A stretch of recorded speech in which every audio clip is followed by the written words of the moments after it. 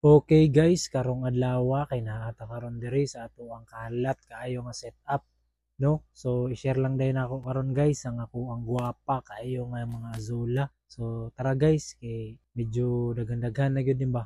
Ready to harvest na pud ni guys atong mga guwapa kaayo nga mga azula. So sa mga gusto azula diha, message lang sa kuha kay available day ta guys bisan pag dinaghan. Pwede rin ni guys ipakaon sa inyong mga alagang hayop. Tag-as kayo nig proteina guys. No, dali ra gyud guys siya managhan. Pas kayo managhan guys basta sundon lang yun nimo ang proseso nga itudlo na ako kung mopalit ka og azula.